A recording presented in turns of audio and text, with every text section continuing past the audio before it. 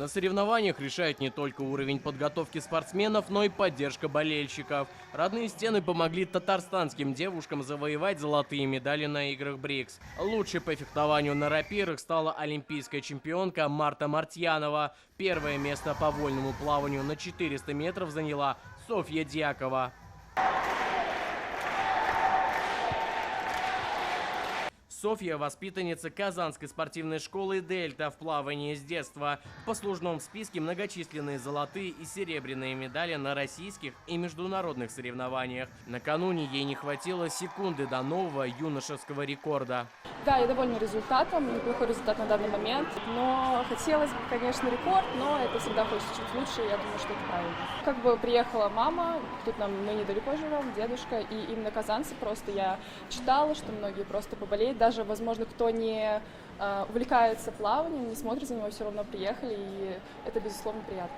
Поддержать казанскую спортсменку приехали из других городов. Болельщики говорят, многих Софья вдохновила для занятия плаванием. У меня дочка тоже занимается плаванием. Она подает очень большие надежды и пример своим воспитанникам и детям остальным.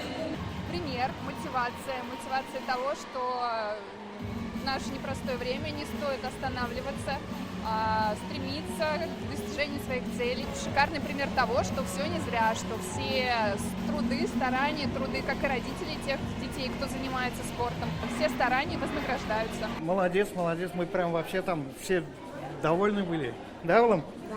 Кричали прям молодец.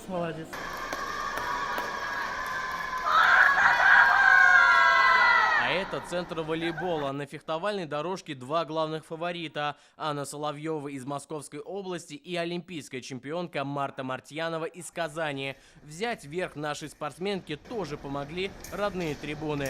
Марта, ты лучшая! За Марту Мартьянову пришли поболеть ее подруги и родители. С Мартой знакома очень давно.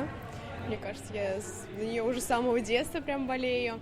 И я всегда прям верю, я знаю, что Марта очень много еще добьется впереди. И прям желаю ей дальнейших успехов. Она очень большая молодец, она достаточно очень много реально тренируется, очень много себя отдает этому спорту. И вот я сейчас говорю, меня все трясет, потому что я очень реально горда за нее, она очень большая молодец.